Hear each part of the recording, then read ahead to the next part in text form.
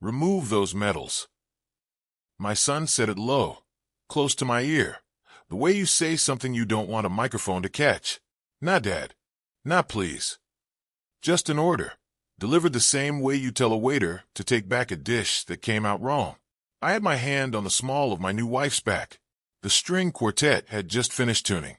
240 guests were seated in white folding chairs on a lawn in Marietta, Georgia, and somewhere behind me a wedding coordinator with a headset was counting down the minutes until I was supposed to walk Diane's daughter. No, wait. Let me back up. It was my wedding. Mine and Diane's. My son Marcus was my best man, standing beside me in a tuxedo that cost more than my first truck, and he had just told me, 3 minutes before I was supposed to walk down that aisle, to take off the 2 medals pinned above my left breast pocket. I did not know yet that a man with 2 stars on his shoulder was sitting in the 4th row on the bride's side. I did not know he had been staring at my chest since the moment I walked out from behind the tent, not at the medals themselves, but at the small engraved bar beneath them. I did not know that in about 11 minutes, that man was going to stand up in the middle of my own wedding, in front of everyone, and salute me. I only knew that my son, 34 years old, dressed better than I have ever been dressed in my life, had just asked me to erase 46 years of my history so his fiancée's family wouldn't ask questions he didn't want to answer. I want to tell you the whole thing, not the version I told people afterward, cleaned up and shortened for polite conversation, the real one, because somewhere in the middle of it, I learned something about my son that broke my heart in a way no war ever did, and somewhere near the end of it, a stranger gave me back something I didn't know I'd lost. My name is Harold Whitfield. I am 64 years old, and at exactly 4:12 in the afternoon on a Saturday in October, on a lawn behind a restored antebellum house 40 minutes north of Atlanta, my son asked me to take off my medals. This is what happened next. I grew up outside Dalton, Georgia, in a house my father built with his own hands on land his father had cleared with a mule. We didn't have much, but we had enough, and my mother made sure we never once felt the difference. My father worked the carpet mills like most men in that part of the state did back then, 6 days a week, home smelling of dye and machine oil, hands cracked at the knuckles from handling raw fiber all day. I used to sit on the porch steps and watch him soak those hands in a bowl of warm water and Epsom salt every night before dinner, not complaining, just doing what needed doing. That was the first lesson I ever learned about being a man, and I learned it without him ever saying a word. You do the work. You don't talk about the work. The work talks for you. I was drafted in the spring of 1970. I was 19 years old, working part-time at a hardware store in town and taking night classes at the community college, trying to figure out whether I wanted to be an electrician or something else entirely. The Army made that decision for me. I remember the exact date I got my orders, March 3rd, 1970, because it was also the day my girlfriend at the time, a girl named Carolyn Pruitt, told me she didn't think she could wait around for 2 years, not knowing if I was coming back in one piece or a box. She wasn't wrong to feel that way. I don't blame her for it now, and honestly, I stopped blaming her for it a long time ago. But at 19, getting drafted and getting left in the same week, it does something to a young man's sense of what the world owes him.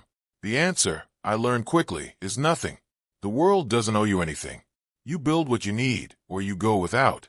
I served 14 months in Vietnam with the 1st Cavalry Division, mostly around the Central Highlands, in country during some of the worst fighting that region ever saw. I am not going to walk you through combat in detail, because that's not what this story is about, and because there are things a man carries that don't belong in anyone else's ears but his own, and maybe, on the right night, the ears of another man who was there too. What I will tell you is this.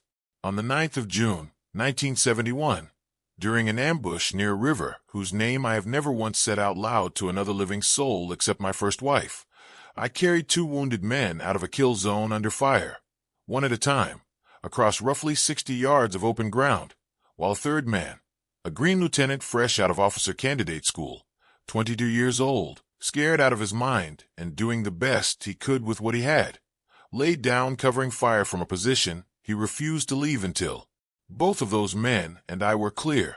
I remember the heat that day more clearly than almost anything else about my entire time in country.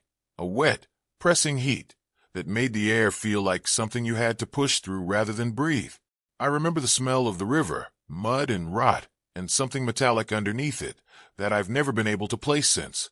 I remember the sound the first man made when I got my arms under him. Not quite a scream, something quieter and worse.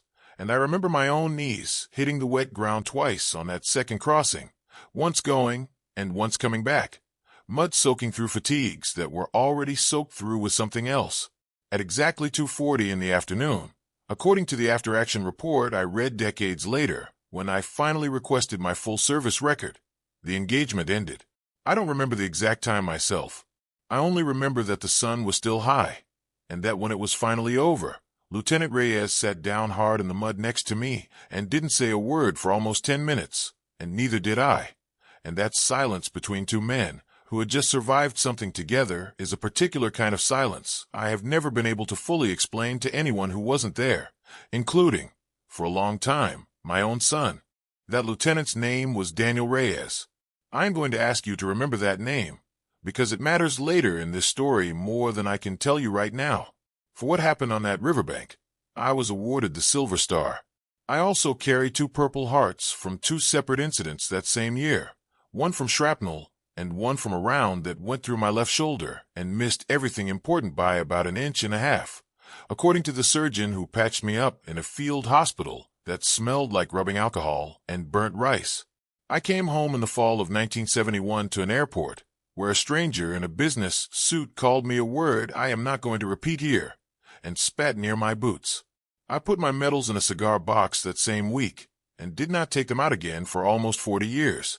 That's who I was when I met my son's mother, a woman named Patricia, 2 years later, working as an apprentice electrician outside Chattanooga. We married in 1974. Marcus was born in 1992, late in our marriage, a surprise we didn't plan for but never once regretted.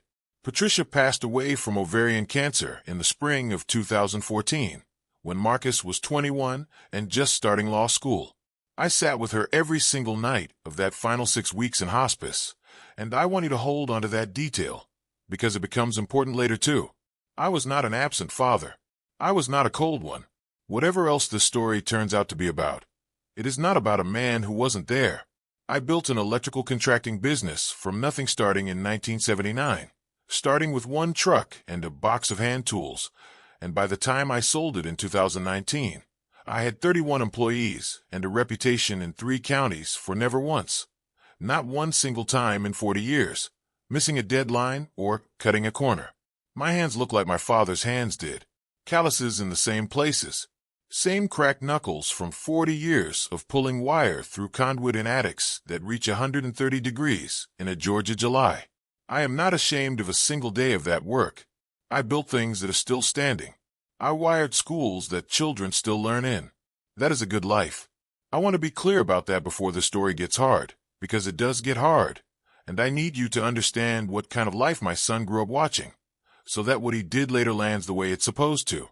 I met Diane Castellano 4 years after Patricia passed, at a hardware store, of all places, which felt right to both of us once we compared notes on how we'd met our first spouses too. She's 61, a retired high school principal, sharp as anything, with a laugh that comes from somewhere deep in her chest and fills up whatever room she's standing in.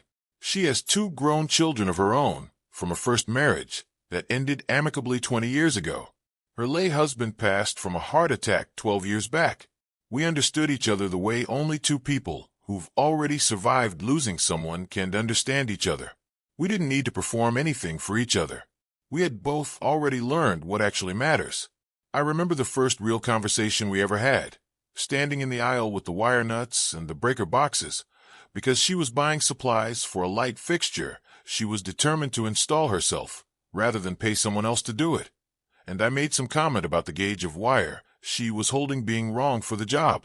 She looked at me like I'd insulted her intelligence for about 3 full seconds, and then she laughed that laugh and said, "Well, show me then, if you're so smart." I drove out to her house that same Saturday afternoon and installed the fixture for her, and she made a pot of coffee while I worked, and by the time I left, 4 hours later, we talked about her late husband and my late wife, and the particular loneliness of coming home to a quiet house after 30-some years of it not being quiet, and something in my chest that had gone still since 2014 started moving again. Slow at first, like a truck engine turning over in cold weather. We dated for almost 2 years before I asked her to marry me. Both of us being careful. Both of us having already learned the hard way that rushing doesn't make love more real. It just makes grief harder to see coming if something goes wrong. I proposed on the same gravel path behind her house, where we now take our Saturday morning walks. Down on one knee at 63 years old with my hip aching the whole way down and the whole way back up. And she said yes before I'd even finished the sentence, which I've teased her about ever since. Diane's family, though, and this is where the story starts to turn. Diane comes from a bit more money than I ever had. Her late husband had been a partner at a mid-sized accounting firm in Atlanta, and Diane's side of the family, particularly her brother, moves in circles I've never had much interest in moving through. Country club circles. The kind where people ask what you do for a living as a way of ranking you before you finished your sentence.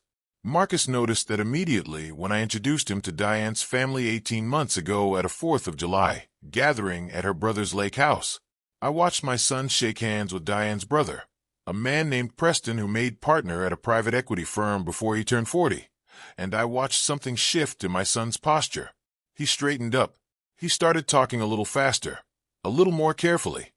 The way you talk when you're auditioning for something. I should have paid closer attention to that moment. I didn't.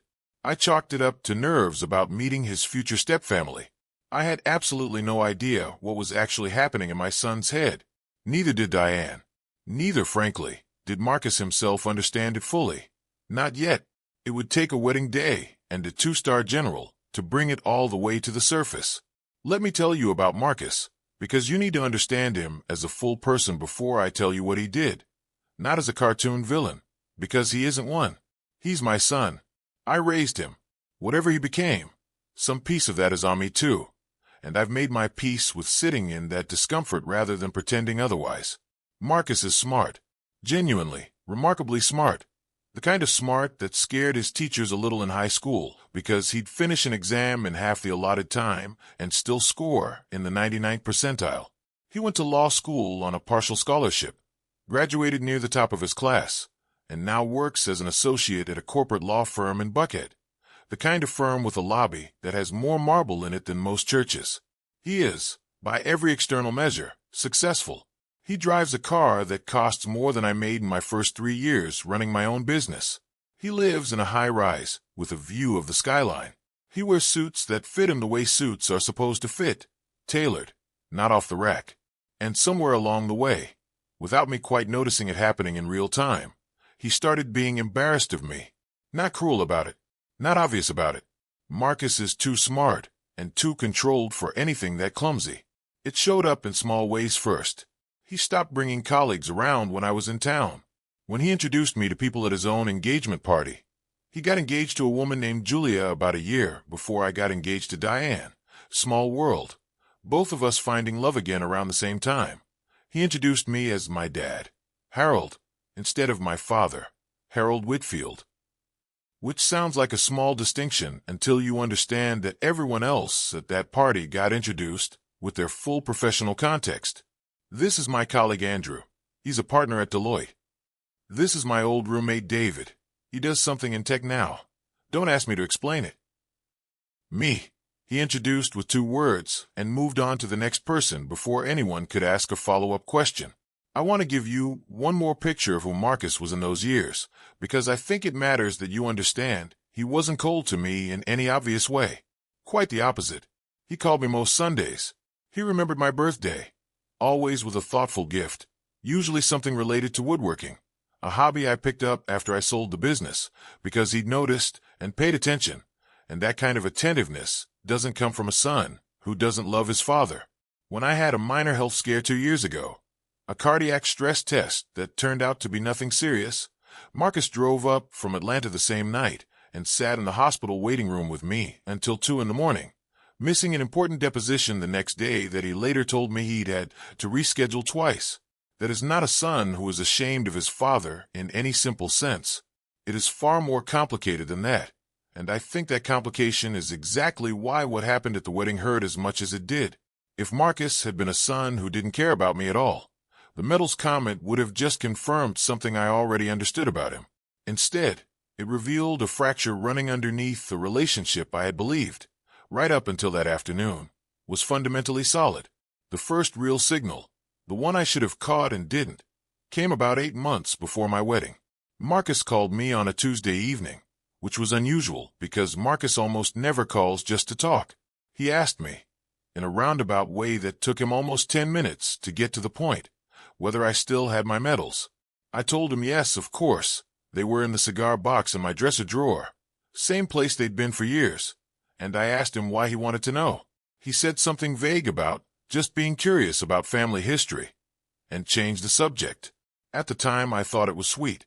I thought my son, on the occasion of his own upcoming wedding, was getting sentimental about his father's service, maybe wanting to write something about it for his own vows, or ask me questions he'd never asked before.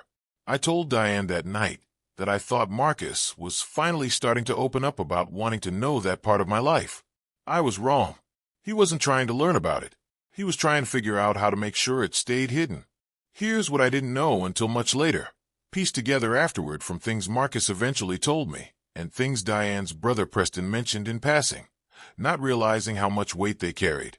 Marcus had told his fiancée Julia's family, a family with genuine old Atlanta money, the kind with a name on a wing of a hospital, a somewhat rounded-off version of who his father was.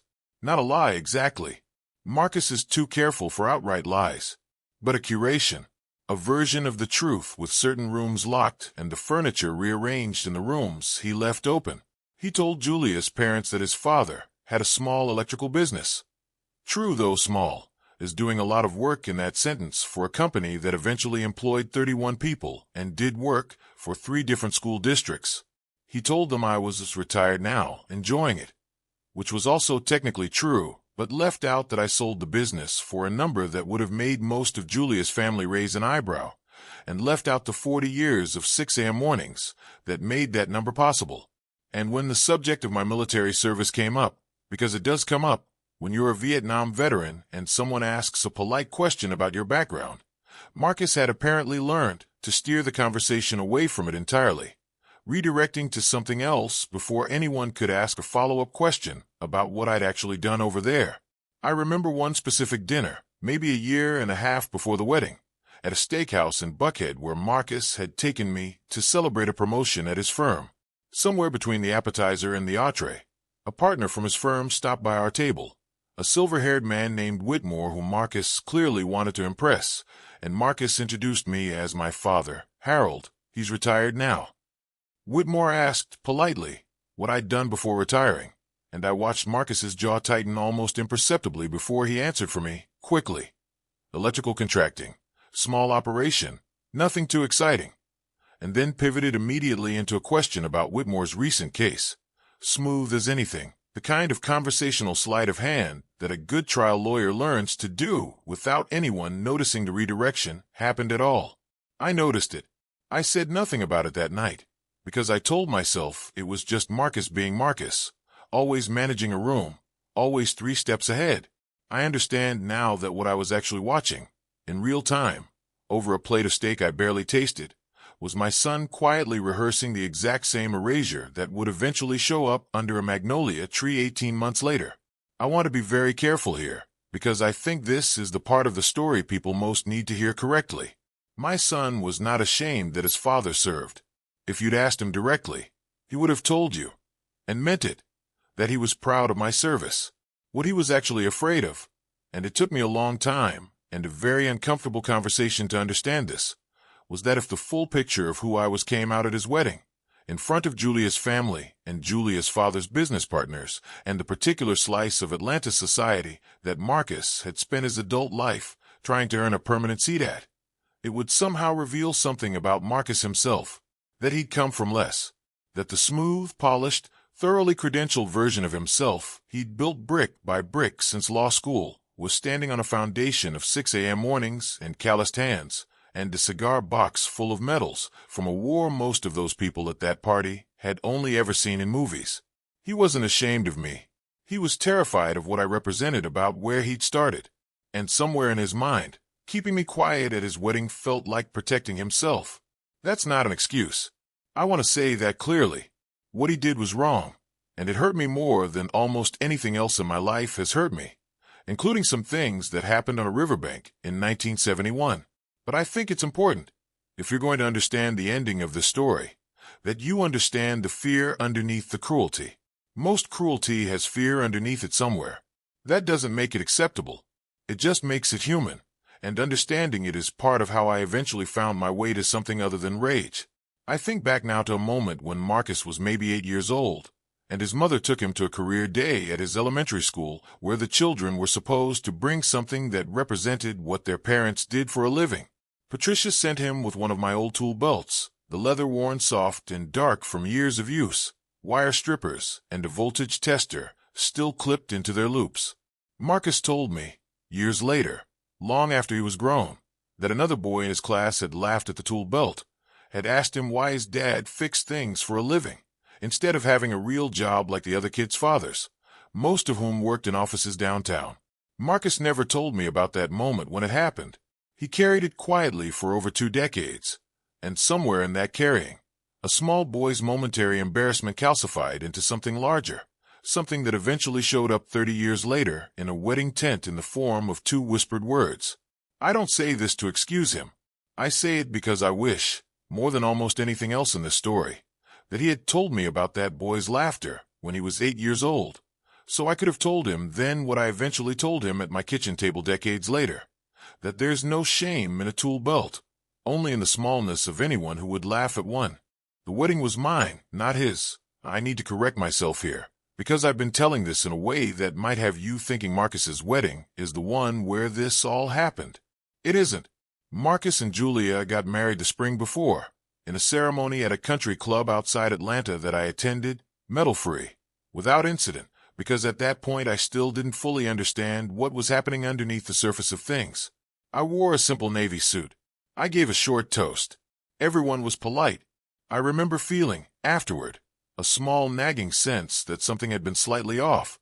The way you feel when a room is a half-degree colder than it should be, and you can't quite place why. But I let it go. It was at my own wedding, 5 months later, that everything came to the surface. Diane and I decided on an October wedding, small by Diane's family standards, but large by mine. 240 guests, held on the lawn behind a restored 1850s house outside Marietta that Diane had fallen in love with the moment we toured it. We asked Marcus to be my best man. He said yes immediately, and for a while I let myself believe that whatever strange distance had crept into our relationship over the past year or two was just the ordinary friction of 2 grown men learning to be father and son in a new configuration. Him a married professional now, me remarrying, both of us figuring out new roles. There was a conversation I had with Diane about 2 weeks before all of this, sitting on her back porch on a Sunday evening with the cicadas starting up in the tree line, that I think about often now. I told her, almost as an aside, that I'd noticed something a little off in Marcus since we'd introduced him to Preston and the rest of her family. A kind of stiffness that hadn't been there before. Diane, who spent 31 years as a high school principal watching teenagers perform versions of themselves for each other in hallways and cafeterias, listened to me describe it, and then said something I've never forgotten. "Harold," she said, "I watched thousands of kids do exactly what you're describing over 3 decades, and it was never once really about the person they were performing for. It was about what they were afraid the performance said about where they came from. If Marcus is doing that, it isn't about my family thinking less of you.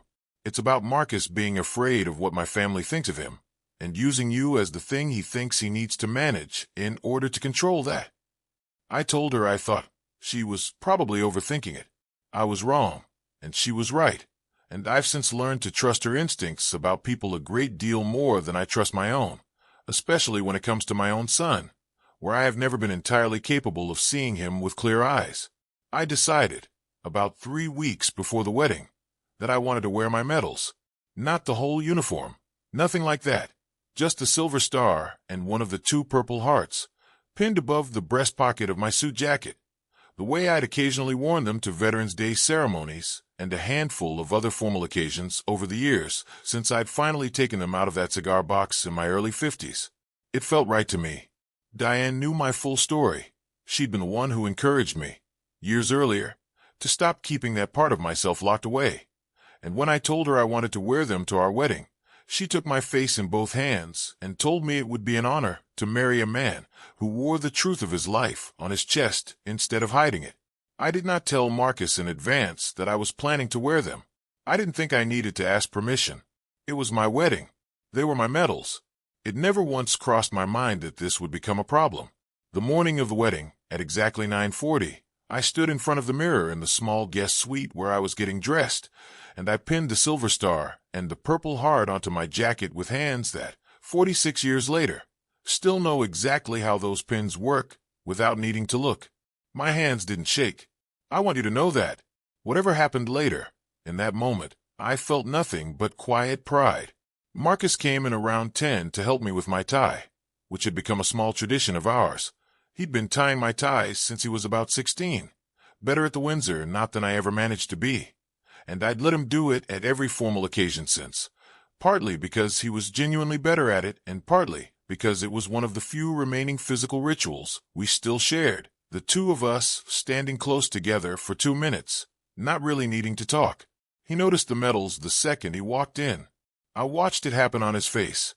Not a dramatic reaction, nothing so obvious as a gasp, just a small flicker of something tightening around his eyes, there and gone in under a second. The kind of expression you'd miss entirely if you weren't already looking for it. He didn't say anything about it then. He tied my tie, told me I looked good, and we walked out to join the rest of the wedding party. The signal I should have caught and didn't catch happened about 20 minutes later, in the staging area behind the ceremony tent, when Marcus pulled his phone out, glanced at a text, and then glanced back at me, at my chest specifically, in a way that felt oddly clinical, like he was doing some kind of math. I asked him if everything was okay. He said yes, just checking on the timeline with the coordinator. I believed him. I had absolutely no reason not to. I found out much later, in that same kitchen table conversation I'll tell you about shortly, exactly what that text had said. It was from Julia, sent from the bride's side of the property, where she was getting ready with her mother and her bridesmaids. She'd apparently caught a glimpse of me through a gap in the tent fabric while the photographer was taking some early shots, and she'd texted Marcus a single line. "Did your dad wear actual medals? My dad's going to ask about it all night." Marcus read that text standing 15 feet from me, in the shade of a magnolia tree, on the day of my own wedding, and instead of feeling proud, instead of feeling anything close to what I would have hoped a son might feel reading a message like that, he felt something closer to panic. That single text was the final push. Whatever resolve he'd been building for months finally tipped over into action, and 30 seconds later, he was standing at my ear, telling me to take them off. There was also, if I'm being completely honest with you, an earlier signal that I noticed and dismissed weeks before the wedding even arrived. Marcus had asked, almost in passing during a phone call about seating charts, whether I planned to give a toast of my own at the reception, and specifically whether I planned to get into the whole Vietnam thing. I told him I hadn't decided yet, that I might mention it briefly if it felt right in the moment, and I remember he went quiet on the other end of the line for a beat too long before changing the subject to the vendor for the cake. At the time I told myself he was just being careful about timing, not wanting the toasts to run too long. Looking back, I understand now that he was already quietly managing me, weeks in advance, trying to control what parts of his father the room was going to be allowed to see. At 4:12, 3 minutes before I was supposed to walk down the aisle, Marcus stepped close to me, put his hand on my shoulder in a way that would have looked, to anyone watching from a distance, like a warm gesture between a father and son on the most important day of the father's life. And he said low, right at my ear, in a voice I'd never once heard him use with me before, "Remove those medals." I remember exactly where we were standing. There was a magnolia tree about 15 feet to our left, and I remember focusing on one specific leaf on that tree while my brain caught up with what he just said, because I genuinely could not process it in real time. My son, my only child, the boy I taught to ride a bike on a gravel driveway outside Dalton, the boy I sat with every single night for 6 weeks while his mother was dying, was standing next to me on my wedding day, 30 seconds before I was supposed to walk out and marry the woman I loved, telling me to erase the most significant thing I had ever done with my life because it was inconvenient for him. Why, I said. Not a question, really. More just a word I needed to put somewhere. Julia's whole family is out there, he said, still quiet, still fast, glancing over his shoulder toward the ceremony space, where I could hear the string quartet finishing their tuning. Preston's business partners, some of Julia's dad's colleagues from the firm.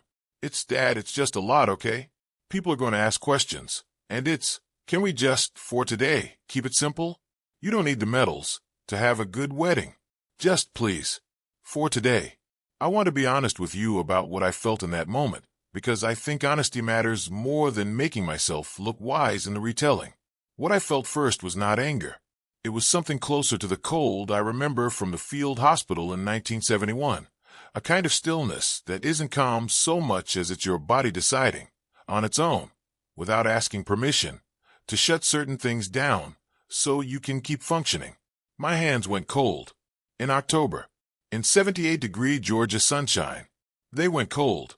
And underneath that cold, something else, something I recognized because I'd felt a distant cousin of it once before, standing at an airport gate in 1971 while a stranger in a business suit called me a name I am not going to repeat. That particular flavor of being made to feel, by people who have never once put themselves in harm's way for anything, that what you actually did with your one life is an inconvenience to be managed rather than a fact to be honored. I did not scream at my son. I did not rip the medals off my jacket and throw them in the grass, which is, I will admit to you, roughly the first thing my body wanted to do. I did not say anything cruel back to him, though God knows in that moment I had 34 years of material I could have reached for.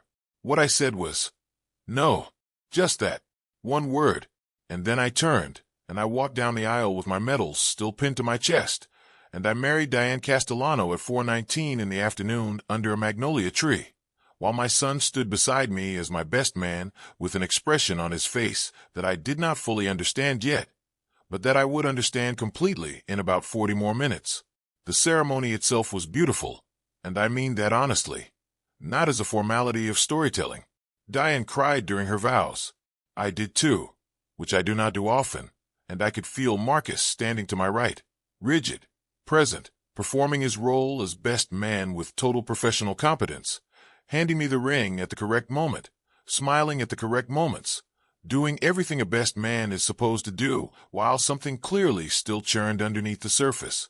What I did not know, standing there under that magnolia tree, was that in the fourth row on the bride's side, seated between Diane's brother Preston and Julia's father, was a man named Daniel Reyes, 2 stars on each shoulder, Major General, United States Army, currently serving at Fort Benning, invited to the wedding not because of me, not because anyone had any idea who he'd once been to me, but because he was Julia's father's close friend from their years serving together decades earlier, before Julia's father left the service for the private sector. A coincidence so large it feels almost implausible to say out loud, except that I have learned, at 64 years old, that the world arranges these things more often than we give it credit for. General Reyes had noticed the silver star the moment I walked out. He'd noticed it the way another combat veteran notices these things, immediately, instinctively, the way you'd notice a familiar accent in a crowded room. But it wasn't until I turned slightly during the exchange of vows, angling toward Diane, that he got a clear look at the small engraved unit citation bar beneath the ribbon, the one that names the specific engagement, the specific division, the specific year.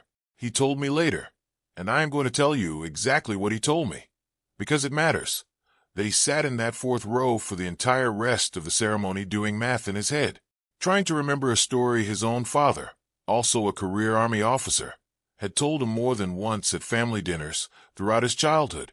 A story about a riverbank and 2 wounded men, and a 19-year-old private who ran back into open fire twice to carry them out, while a terrified 22-year-old lieutenant held the position and did the only thing he could do, which was cover him and pray. That lieutenant's name was Daniel Reyes Sr. The man sitting in the fourth row was his son. The reception moved to a large white tent about 80 yards from the ceremony space, and it was there, during the first round of toasts, before dinner had even been served, that everything I've been building toward in this story finally happened. Marcus stood up first, as was tradition for the best man, glass in hand, and gave a toast that was, on its surface, perfectly lovely. He talked about how happy he was for me and Diane. He made a joke about how it took me long enough to figure out how to use a phone to text her back. People laughed. Diane squeezed my hand under the table. And then Marcus said something that I don't think he fully thought through in advance, something that came out of the same anxious place that had produced, remove those medals 40 minutes earlier. Except this time it came out in front of 240 people instead of quietly at my ear. He said, and I remember this almost word for word, my dad's had a pretty simple life. Worked hard, ran a small business, kept things low-key. And I think that's actually kind of beautiful, you know? Not everybody needs the big flashy resume. Some people just live quiet, honest lives, and that's enough. I want you to notice what he was doing there, because I didn't fully understand it myself, until Diane pointed it out to me weeks later. He wasn't lying. Every word of that was technically defensible, but he was actively, in real time, in front of everyone who mattered to his professional and social life, shrinking me down to a size he found manageable. Kept things low-key. Quiet, honest life. Erasing a silver star and 2 Purple Hearts and 40 years of building something from nothing into a story about a man who never did anything remarkable, because remarkable was inconvenient. I felt Diane's hand tighten on mine. I heard, somewhere behind me, a small sound, almost a scoff, quickly swallowed. And then General Daniel Reyes stood up. He didn't have a toast prepared. He wasn't part of the wedding party. He was a guest, 3 tables back on the bride's side. And when he stood, the room did what rooms full of people instinctively do when someone in a military dress uniform with 2 stars on each shoulder rises to his feet at a wedding. It went quiet, all on its own, before he'd said a single word. He walked to the front of the tent. I watched him come, and I still didn't understand what was happening. I thought maybe he was a friend of Julia's father who wanted to add his own toast, some pleasantry about Julia growing up. He stopped about 8 feet in front of me, and he looked at the ribbon on my chest for a long moment, and then he looked at my face, and something in his expression cracked open in a way I will remember for the rest of my life. "Sir," he said, "were you with the 1st Cav, Central Highlands, in the summer of 1971? The tent had gone completely silent. I could hear the tent fabric moving slightly in the breeze. "Yes," I said. My voice came out steadier than I expected it to. "June 9th, he said. It wasn't a question anymore. Along the river. 2 men pulled out under fire, while an officer held the position. I felt something happen in my chest that I have never named clearly. Not even to Diane. Not even to myself in the years since. Something between the floor dropping out and a door opening. "Yes," I said again. "That officer's name was Reyes. Lieutenant Daniel Reyes." "That was my father," General Reyes said. "He told that story at every family dinner I can remember, for 40 years, until the day he died. He told me the name of the man who carried those soldiers out. He said if I ever met that man, I was to make sure he knew what it meant. To my father, to our family, to me. And then, in front of 240 guests, in front of my new wife, in front of Julia's family and Preston's business partners, and every single person my son had spent the last hour trying to protect from the full, unedited truth of who his father was, Major General Daniel Reyes came to attention and saluted me. I have been saluted before in the Army, decades ago, in the ordinary course of military life. I have never in my life been saluted the way I was saluted at that moment, by a man whose father's life I saved 53 years earlier, in a wedding tent in Marietta, Georgia, while my own son sat frozen at the head table with a champagne glass halfway to his mouth and an expression on his face that I can only describe as the sound a house makes when it finally, quietly settles. The tent stayed silent for what felt like a very long time, but was probably closer to 8 or 10 seconds, the particular kind of silence that has weight to it, that you can feel pressing against your eardrums the way pressure changes before a storm. I looked past General Reyes for just a moment, out across the tables, and I saw Julia's father, the man Marcus had spent a year carefully managing, sitting perfectly still with his fork halfway to his plate, watching a 2-star general salute the father of the groom's best man. I saw Preston, Diane's brother, with an expression on his face that wasn't judgment at all, but something closer to quiet awe. And I saw 240 faces, nearly every single one of them turned toward me, none of them thinking, in that moment, about wire gauges or job titles or which country club anyone belonged to. I did not say anything dramatic in that moment. I did not make a speech. I returned the salute, because some things live in your body deeper than 46 years can reach, and my hand went up before I'd consciously decided to move it. And then General Reyes stepped forward and shook my hand with both of his and said, quietly, just for me, "Thank you for my father's life, and for mine by extension, since I wouldn't exist without it." The tent erupted into applause. Not polite applause, real applause, the kind that comes up out of people's chests before their brains have finished processing what they just witnessed. Diane was crying. I was crying a little, which I have already told you I don't do easily. And somewhere in the middle of all of it, I looked over at Marcus. He was not crying from pride. Not yet. His face had gone a color I'd never seen on him before, somewhere between white and gray. And his hand, the one holding the champagne glass, was shaking slightly. He looked, more than anything else, like a man watching a building he'd spent years constructing come down floor by floor, in real time, in front of an audience, and understanding for the first time that the building had been standing on a foundation he'd never actually bothered to examine. I want to tell you what I did next, because it matters more than anything else in this story, more than the salute, more than General Reyes's words, more than the applause. I had every right, in that moment, to turn to my son in front of 240 people and ask him loudly whether he still thought his father had lived a simple, low-key, forgettable life. I had every right to make him feel, publicly, exactly 1/10 of what he'd made me feel 40 minutes earlier at that magnolia tree. Some part of me, a very human part, wanted to. I didn't do it. I turned back to General Reyes, thanked him, told him it was an honor to meet Daniel Reyes's son on my wedding day of all days, and then I sat back down next to my wife and let the room move on to dinner. I did not confront my son in that tent.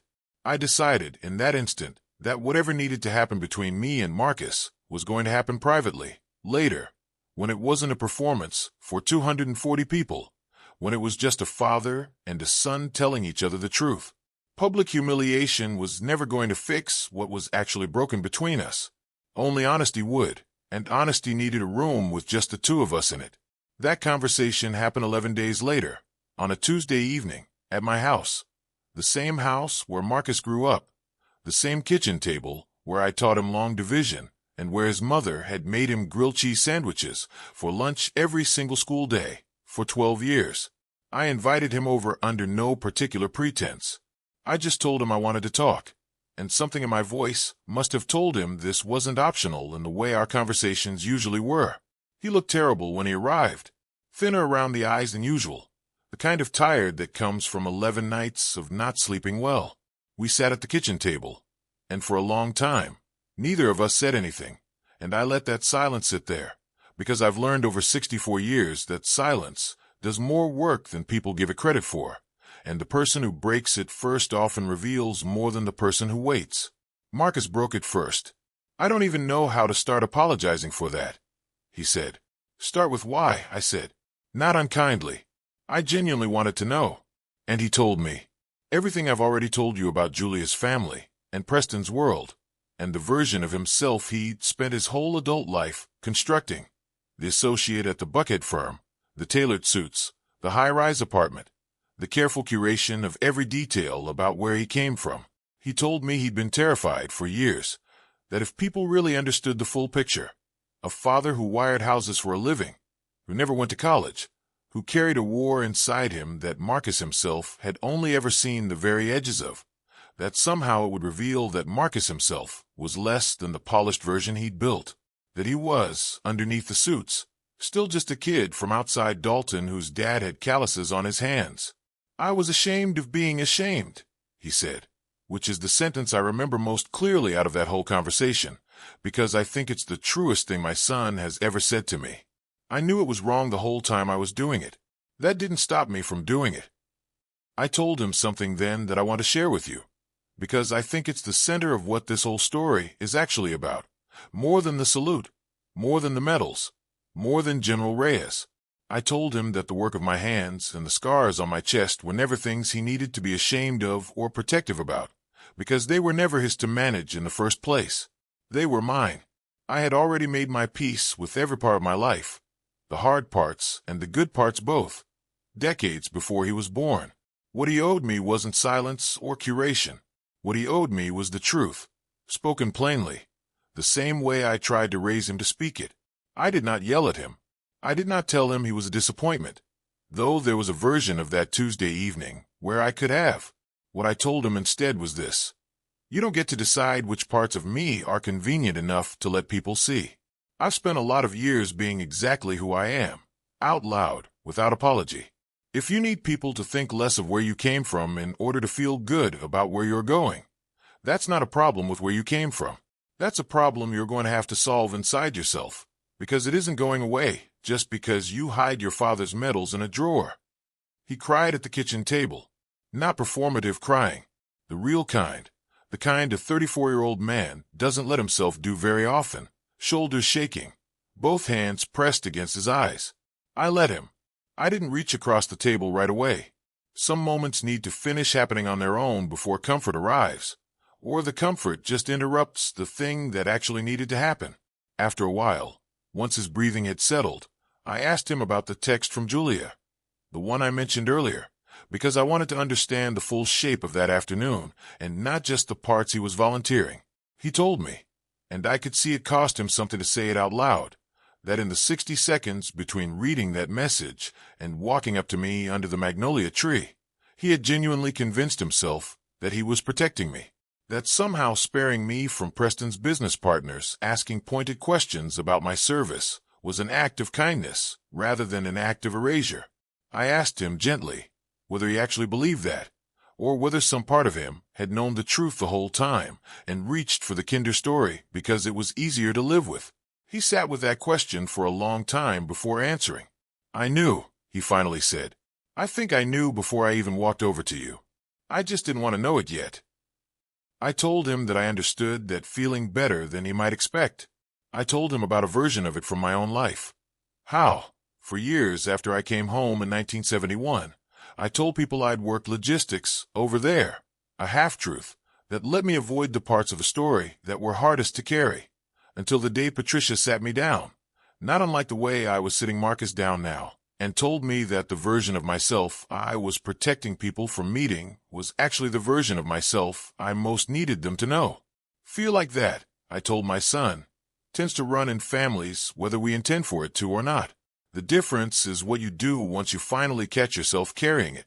I sat alone in my truck in the driveway for almost 20 minutes after Marcus finally left that night, not doing anything, not even really thinking in complete sentences, just sitting with the engine off and my hands on the wheel. I want to tell you honestly that I did not feel triumphant. I did not feel like I'd won something. What I felt was closer to grief. Grief for the version of my relationship with my son that I believed we had for the past several years, a version that turned out to be thinner and more fragile than I'd understood.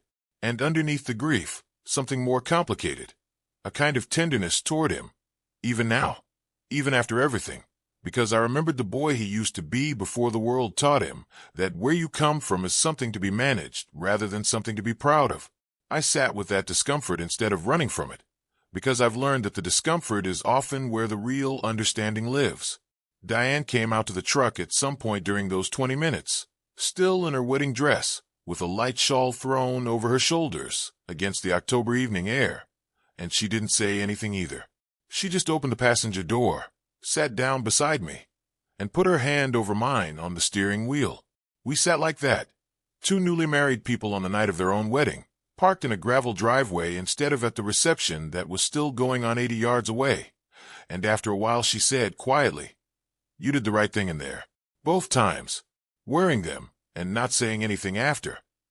I told her I wasn't sure yet whether it was the right thing or just the thing I was capable of doing in the moment. She squeezed my hand and told me those were often the same thing, and that I'd have plenty of time to figure out which one it turned out to be. We went back inside about 10 minutes later, hand in hand, and finished our wedding.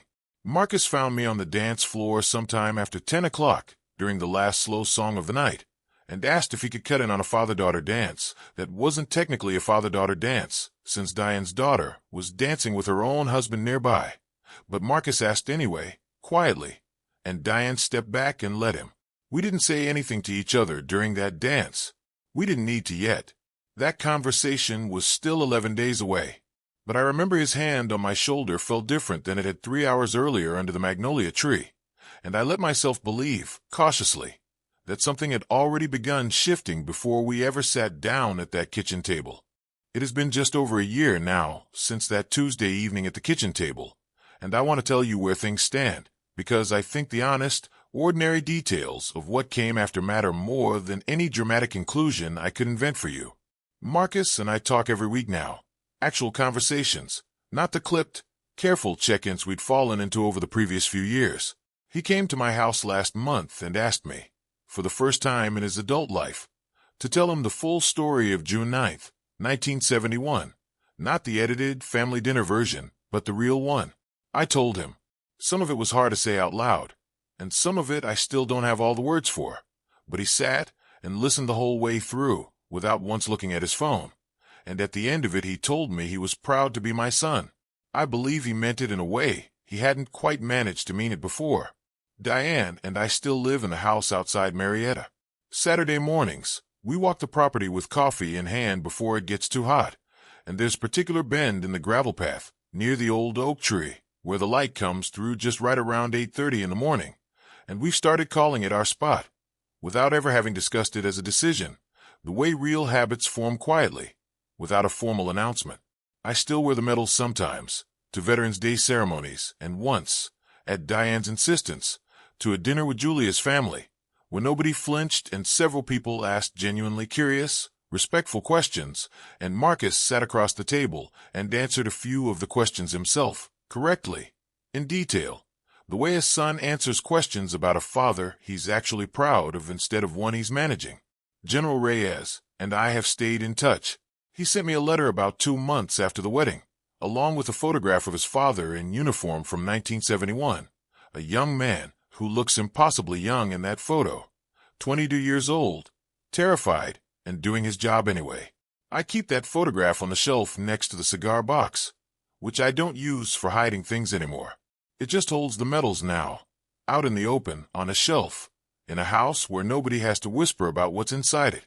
General Reyes and I had dinner together, just the two of us, about 3 weeks after the wedding, at a quiet restaurant near his post outside Columbus, Georgia. He told me things about his father that night that I had never known, even though I'd spent one of the worst afternoons of my life beside the man. He told me his father had struggled for years after coming home, much the way I had, that the marriage between Daniel Reyes Sr. and his mother had nearly ended twice before finally settling into something stable, and that his father had never once, in 50 years, told the story of that riverbank without his voice catching in the same exact place.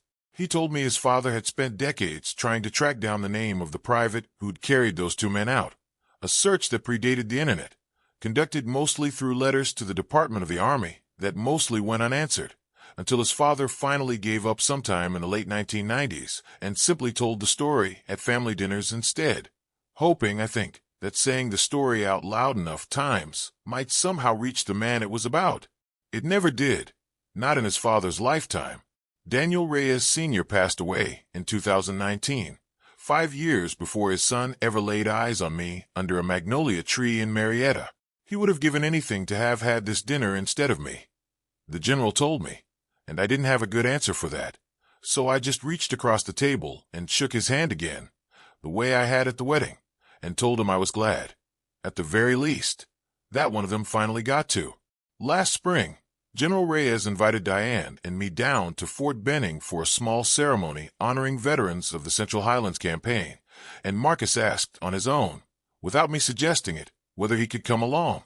He stood next to me the whole afternoon in a plain gray suit, no performance in it, no careful curation, and when a young captain asked him what his connection to the event was, Marcus said, without any hesitation at all, "My father earned a Silver Star on that river in 1971.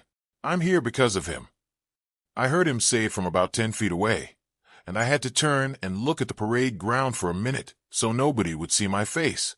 Diane's brother Preston, for what it's worth, has become one of the people who asks me the most genuine questions about my service, And it turns out the whole fear that drove Marcus to that magnolia tree was built on an assumption that was almost entirely wrong about how those people would actually respond. Preston's own father had served in Korea, a fact Marcus never bothered to learn because he never let the conversation get close enough to find out. Sometimes the room you're most afraid of turns out to be the room most capable of understanding you, if you'd only give it the chance. I've come to believe that most of the rooms we spend our lives being afraid of were never as unforgiving as we imagined them to be from the outside. The fear does the damage long before the room ever gets a chance to. The photograph of Lieutenant Daniel Reyes Sr., young and terrified on that riverbank, sits on my shelf now next to a second photograph. One Diane took the day of General Reyes's salute, capturing the exact moment his hand reached his brow and mine rose to meet it. I look at both photographs some mornings with my coffee, 53 years apart. Two men connected by a single afternoon neither of them ever stopped carrying.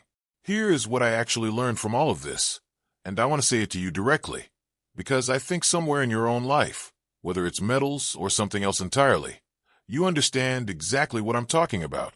The people who try hardest to shrink you are usually the ones most afraid of what your size says about their own foundation. My son didn't want to erase my medals because he thought less of me. He wanted to erase them because keeping them visible meant keeping visible the fact that he came from somewhere ordinary, somewhere honest, somewhere built on calluses and long hours instead of pedigree. And some part of him, not his best part, but a real and understandable part, believed that if people saw that clearly enough, they'd see it in him too. If you are watching this and you have spent years quietly editing the truth of who you are, or where you came from, or what you actually did with your one life, so that it fits more comfortably inside a room full of people you're trying to impress, I want you to hear this clearly. You do not owe anyone a smaller version of yourself. The parts of your story that feel too plain, too hard, too unglamorous to bring up in polite company are very often the exact parts that, when someone finally sees them clearly, make them stand up out of their seat. If you are a parent watching this and recognizing a piece of yourself in Marcus, not the cruelty, but the fear underneath it, I am not here to tell you that you're a monster. I'm here to tell you what I told my son at that kitchen table. The people who love you don't need you to curate them.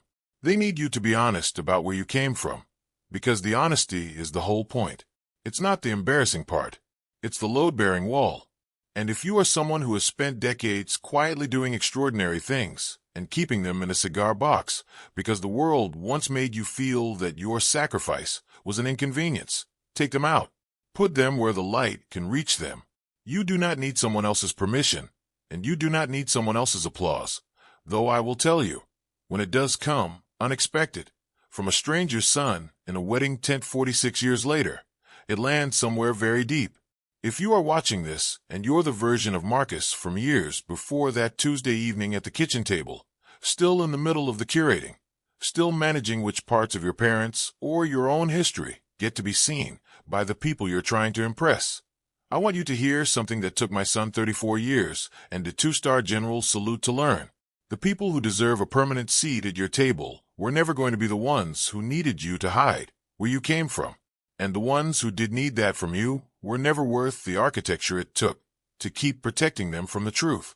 If you are a grandparent or an aging parent, watching adult children slowly edit you out of the version of the family they present to the world, I want you to know that what you're feeling has a name, and it is grief, real grief. Even though nobody died, you are allowed to name it.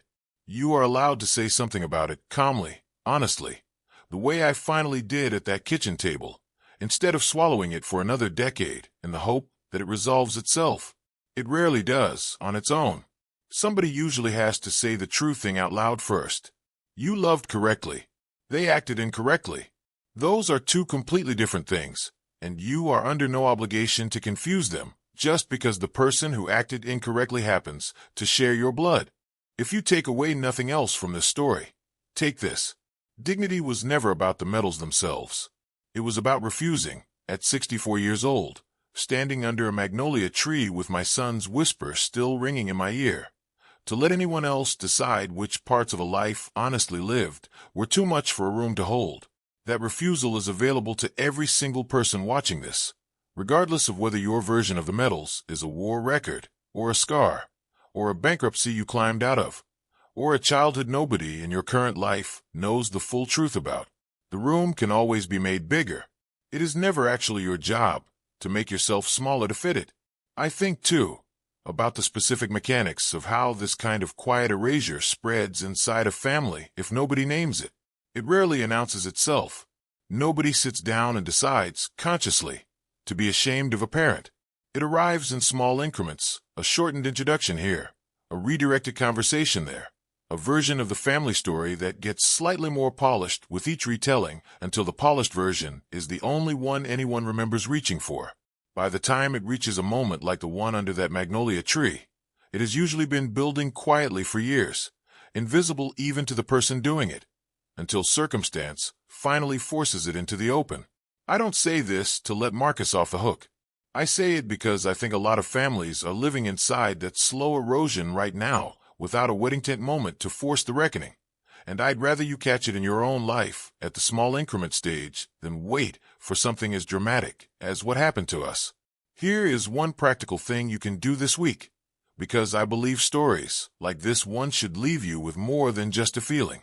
If there's a story from your own life, your service, your work, a hard chapter you survived, an achievement you quietly folded away because someone once made you feel it was too much, too plain, too inconvenient, write it down this week. Not for anyone else. For the record, for the version of you a year from now, or your own children years from now, who deserve to know the whole shape of who you actually were, not the edited version that was easiest for other people to carry. And I'll leave you with the question I've been sitting with since that Tuesday evening at my kitchen table. Is there a part of your own story that you've been keeping in a drawer because someone once made you feel it was inconvenient?